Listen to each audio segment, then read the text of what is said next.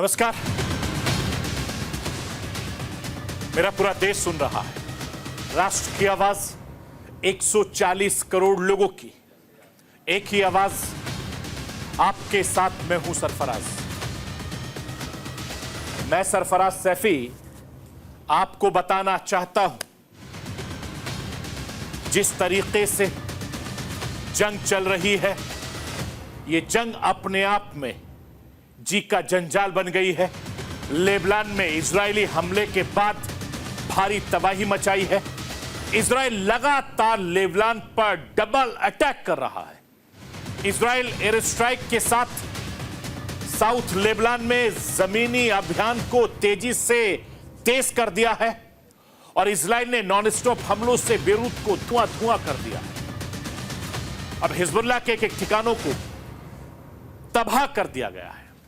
Hezbollah भी Israel पर लगातार रॉकेट से हमला कर रहा है। इजरायल इस वक्त 7 फ्रंट से घिरा हुआ है। हमला हिजबुल्लाह हूती तो इजरायल पर हमला कर ही रहा है। ईरान के कई और प्रॉक्सी संगठन भी इजरायल को निशाना बना रहे हैं। ऐसे में यह समझना बेहद जरूरी है कि इस वक्त इजरायल कैसे 7 फ्रंट पर घिरा हुआ है। यह आज आपको राष्ट्र की आवाज के जरिए बताने, दिखाने, समझाने की कोशिश करूंगा। इजरायल, हमास और हिजबुल्लाह के बीच यह जंग लगातार महाजंग में तब्दील होती जा रही है। इस जंग में हर रोज नए किरदार की एंट्री होती जा रही है। इजरायल से भीषण जंग की तैयारी ईरान भी कर रहा है।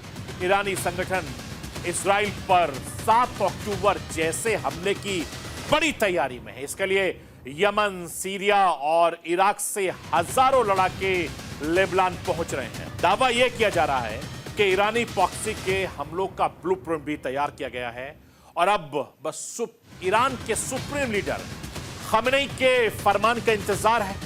तो इजरायल भी किसी भी हमले से निपटने के लिए पूरी तैयारी कर लिया है। इजरायल ने 3 लेयर डिफेंस सिस्टम लगाकर हमलों को नाकाम करने का प्लान भी बना लिया है। आखिर क्या है ईरान और इजरायल का प्लान, यह आज आपको राष्ट्र की आवाज के जरिए बताने, दिखाने, समझाने की कोशिश करूंगा।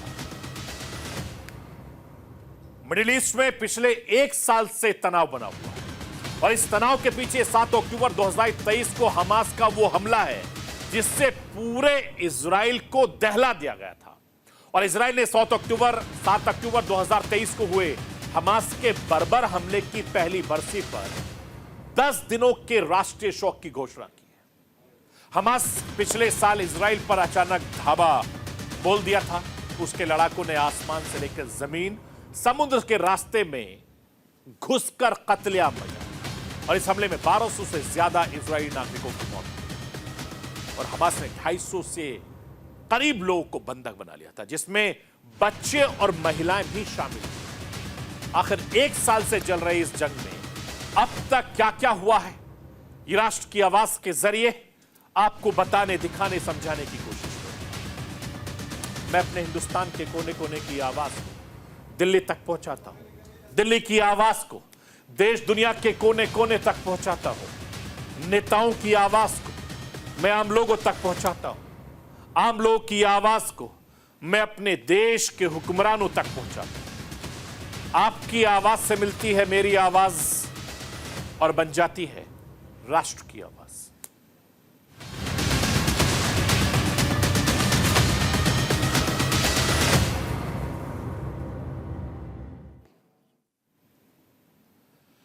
इजरायल इन दिनों हिजबुल्लाह पर मौत बनकर बरस रहा है। लेबनान के बेरूत में इजरायली सेना का जमीन से आसमान तक लगातार हमला जारी है और ये इजरायल के हमले की ताजा तस्वीर मैं आपको दिखा रहा हूं, जो इजरायल ने बीती रात हिजबुल्लाह को मिट्टी में मिलाने की कसम खा चुके। इजरायल ने अब उसके उन ठिकानों को निशाना बनाना शुरू कर दिया है जहां पर हथियारों का जखीरा जमा किया गया था। हथियारों का एक ठिकाना हिजबुल्लाह ने बेरूत में बना रखा था, लेकिन इजरायल को इसकी भनक लग गई। इसके बाद इजरायली सेना ने इस ठिकाने पर बमबारी की। इजरायल ने एक नहीं, हिजबुल्लाह के कई हथियारों को, कई ठिकानों को निशाना बनाया पूरी रात बेरूत के आसमान पर रह रहकर धमाकों की आवाज सुनाई पड़ती गई। हिजबुल्लाह ने भी इजराइल पर जवाबी पलटवार किया है। हिजबुल्लाह ने भी इजराइल पर कई रॉकेट गिराए, लेकिन इजरायली सेना ने तुरंत मोर्चा संभाल लिया। हिजबुल्लाह के हमले से इजराइल के में नुकसान ज्यादा हो गया, लेकिन एक बार फिर से इजराइल का सुरक्षा कवच सक्रिय हो गया और हिजबुल्लाह के कई रॉकेट को आसमान में ही आयरन डॉम से मार गिरा गया। हमास इजराइल के बीच की जंग अब एक साल में गाजा से निकलकर 7 मोर्चों तक फैल गया और सुपर पावर अमेरिका, उसके सहयोगी देश भी इसका हिस्सा बन गए हैं। इजराइल और अमेरिका दोनों के निशाने पर अब सिर्फ और सिर्फ ईरान है, जो हमास, हिजबुल्लाह, हूती विद्रोहियों के साथ मिलकर यहूदी देश से मोर्चा ले रहा है। अब जरा यह समझिए कि इस वक्त इजराइल कैसे 7 फ्रंट पर गिर गया है। राष्ट्र की आवाज के जरिए आपको दिखाना, बताना, समझाना चाहता हूं। स्क्रीन पर लाइए। पहला और सबसे बड़ा हमला फ्रंट लेबनान बन चुका है, जहां से हिजबुल्लाह हमला कर रहा है, और दूसरे फ्रंट पर वेस्ट बैंक में हमले हो रहे हैं, जहां इस्लामिक जिहाद ग्रुप हिजबुल्लाह की मदद कर रहा है। और तीसरा फ्रंट गाजा में इजराइल पिछले 11 महीने से लगातार उलझा हुआ है। हमास के लड़ाके घात लगाकर हमला कर रहे हैं।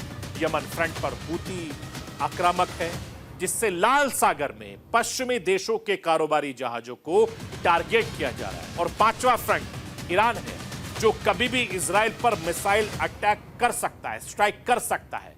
और 6ठे फ्रंट पर इराक से कतई हिजबुल्लाह भी हमले की तैयारी कर रहा है। और 7वां फ्रंट सीरिया में बद्र ऑर्गेनाइजेशन के अमेरिकी सैन्य ठिकानों को भी टारगेट किया गया है। मैं आपको यह भी बताना चाहता हूं कि यही वजह है कि फ्रांस के राष्ट्रपति मैक्रो ने मिडिल ईस्ट में संघर्ष को और बढ़ाने से रोकने के लिए इजराइल को हथियार देने पर रोक की मांग की है। इजराइल के प्रधानमंत्री नेतन्याहू भड़क गए और कह दिया है कि हम उनकी मदद के बिना भी जीतेंगे। राष्ट्र की आवाज के जरिए आपको नेतन्याहू को सुनवाना चाहता हूं, सुनिए वो क्या कुछ कह रहे हैं। As Israel fights the forces of barbarism led by Iran, all civilized countries should be standing firmly by Israel's side. Yet President Macron and some other Western leaders are now calling for an arms embargo against Israel. Shame on them. Is Iran imposing an arms embargo on Hezbollah, on the Houthis, on Hamas, and on its other proxies? Of course not. The axis of terror stands together. But countries who supposedly oppose this terror axis call for an arms embargo on Israel. What a disgrace. Well, let me tell you this. Israel will win with or without their support. But their shame will continue long after the war is won. For in defending ourselves against this barbarism, Israel is defending civilizations against those who seek to impose a dark age of fanaticism on all of us. Rest assured, Israel will fight until the battle is won, for our sake and for the sake of the peace and security of the entire world. मैं आपको यह भी बताना चाहता हूं कि France के राष्ट्रपति मैक्रो ने रविवार को कहा था कि गाजा में अब संघर्ष विराम का वक्त आ गया है। मैक्रो के मुताबिक लेबनान से लेकर मिडिल ईस्ट के कई इलाकों में बढ़ते संघर्ष को रोकने और उसके राजनीतिक समाधान के लिए सबसे ज्यादा जरूरी है कि इजराइल को हथियारों की आपूर्ति रोकी जाए। लेकिन मैक्रो के इस नेतन्याहू भड़क गए, जिसके बाद से फ्रांस ने कह दिया है कि इजराइल को मदद जारी रहेगी। मैं आपको यह बताना चाहता हूं कि लेबनान की राजधानी बेरूत में इजराइल को ताबड़तोड़ हमला जारी है।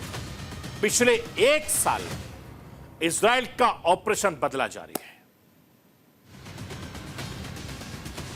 7 अक्टूबर का बदला ले रहे इजराइल ने हमास को नस्तो नाबूद कर दिया है, हिजबुल्लाह को बर्बाद कर दिया है।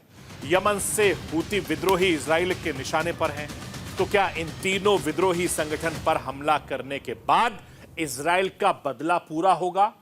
क्या अब इजराइल अपनी मुहिम को रोक देगा?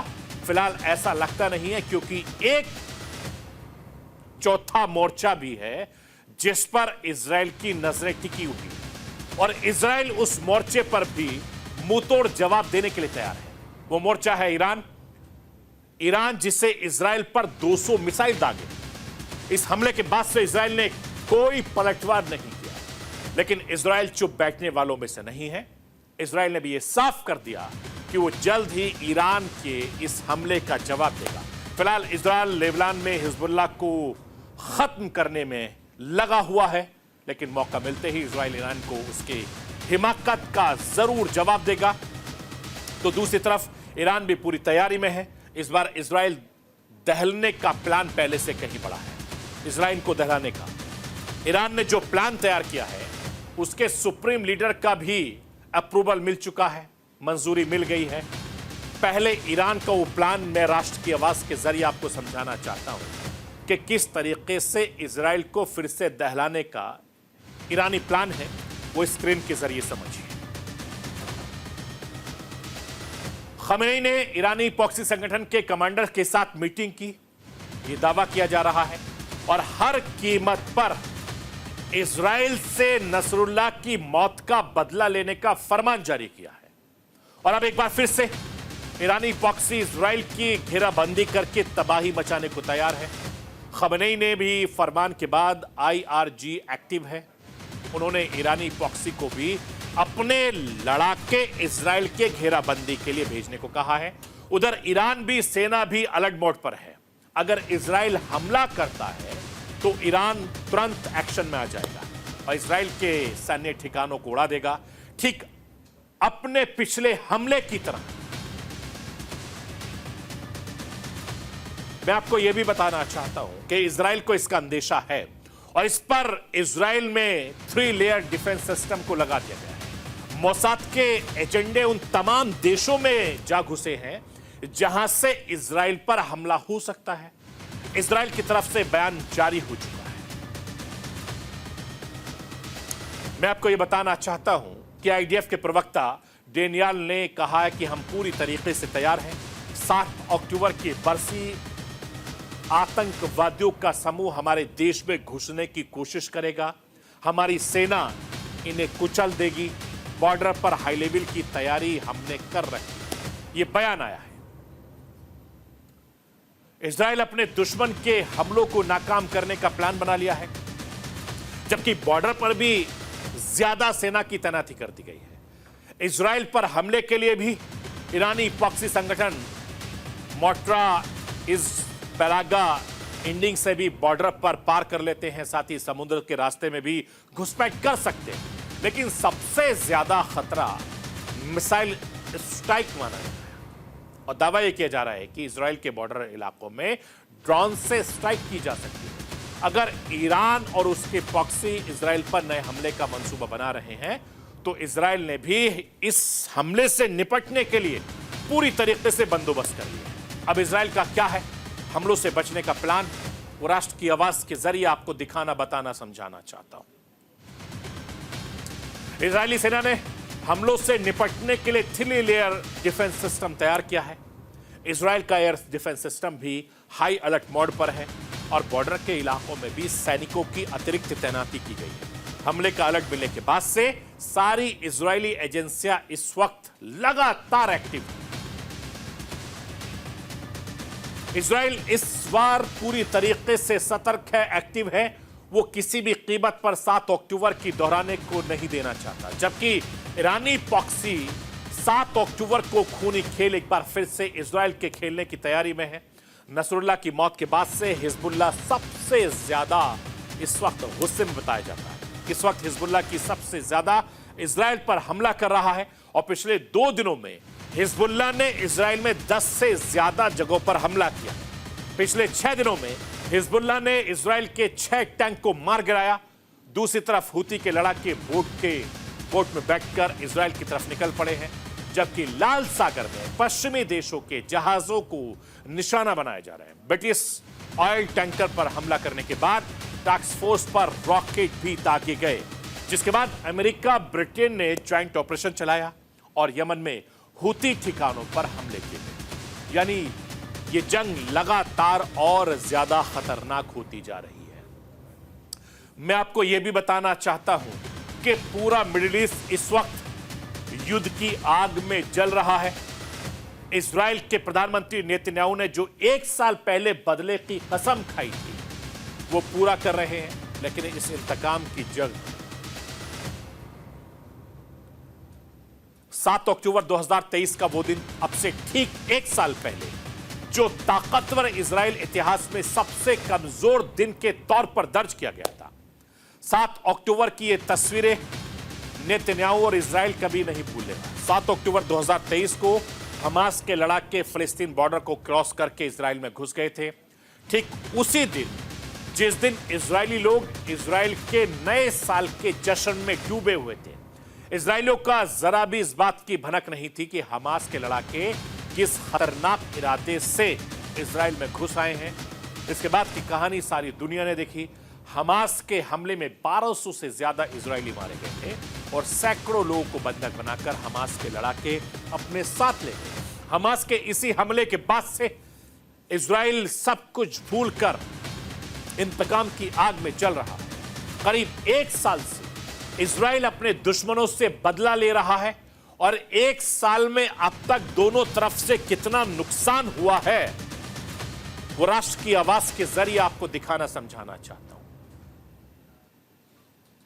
7 अक्टूबर से शुरू हुई इस जंग में 1 साल में गाजा पट्टी में 42,000 फिलिस्तीनियों की मौत हो चुकी है और इस जंग में गाजा में अब तक करीब 92,000 लोग घायल हैं।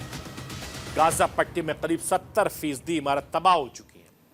हमास के लड़ाकों ने पिछले 7 अक्टूबर को इजराइल में घुसकर 1200 नागरिकों की हत्या भी कर दी थी। 250 इजरायली नागरिकों को बंधक बना लिया और अब तक 100 से ज्यादा बंधक हमास के कब्जे में। इजरायली सेना ने बताया कि लेबनान में अब तक 1000 से ज्यादा दहशतगर्दों को मार गिराया। लेबनान में 6000 से ज्यादा जमीनी ठिकानों को तबाह कर दिया गया। 1 साल में इजराइल ने वेस्ट बैंक और जॉर्डन घाटी से 5000 से ज्यादा संदिग्धों को गिरफ्तार किया है। इजरायली सेना ने यह दावा किया है कि इस जंग में अब तक 726 इजरायली सैनिक की मौत हो चुकी है। 380 सैनिक 7 अक्टूबर 2023 को मारे गए थे, जबकि उसके बाद 346 सैनिकों की गाजा में लड़ते वक्त मौत हो गई थी और इसके अलावा 4756 इजरायली सैनिक घायल हुए। इजराइल ने यह भी दावा किया कि 1 साल में 3 लाख से ज्यादा सैनिकों को भर्ती किया गया। इसमें 82% पुरुष है, 18% महिलाएं हैं। इनमें से ज्यादातर की उम्र 20 से 29 साल बताई जा रही है। मैं आपको यह भी बताना चाहता हूं, इसी 7 अक्टूबर के हमले के बाद से मिडिल ईस्ट में महायुद्ध जैसे हालात। एक मोर्चे पर इजराइल हमास हमले कर रहा है, तो दूसरे मोर्चे पर इजराइल ने लेबनान के आतंकी संगठन हिजबुल्लाह के खिलाफ जंग छेड़ दी है और तीसरे मोर्चे पर यमन के हूती संगठन, जिसके खिलाफ भी इजराइल एक्शन मोड में। तो चौथे मोर्चे पर ईरान है, जो हाल ही में इजराइल पर 200 से ज्यादा मिसाइल दागे थे। अब इजराइल ने ईरान पर हमले का पूरा प्लान भी बना लिया है। हमास हिजबुल्लाह के बाद ईरान की बारी है। इजराइल के इस हमले के बाद से मिडिल ईस्ट में महायुद्ध होने से कोई नहीं रोक सकता, क्योंकि इजराइल ईरान पर जैसे ही पलटवार करेगा, इस जंग में तमाम सुपर पावर देश कूद जाएंगे, जिसके बाद से जंग महाजंग में तब्दील हो जाएगी और मिडिल ईस्ट में बारूदी तबाही भी देखने को मिलेगी। आज 7 अक्टूबर है। ठीक 1 साल पहले जिस तरीके से इजराइल में तबाही मची थी,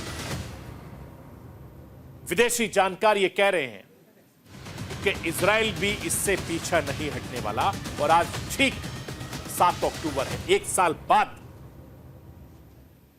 अगले 24 घंटे में कुछ भी हो सकता है,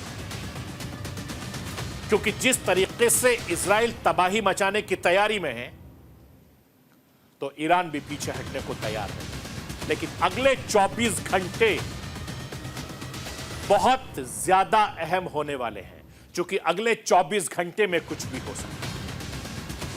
ये थी राष्ट्र की आवाज। बाकी खबरों के लिए आप बने रहिए न्यूज़ इंडिया के साथ।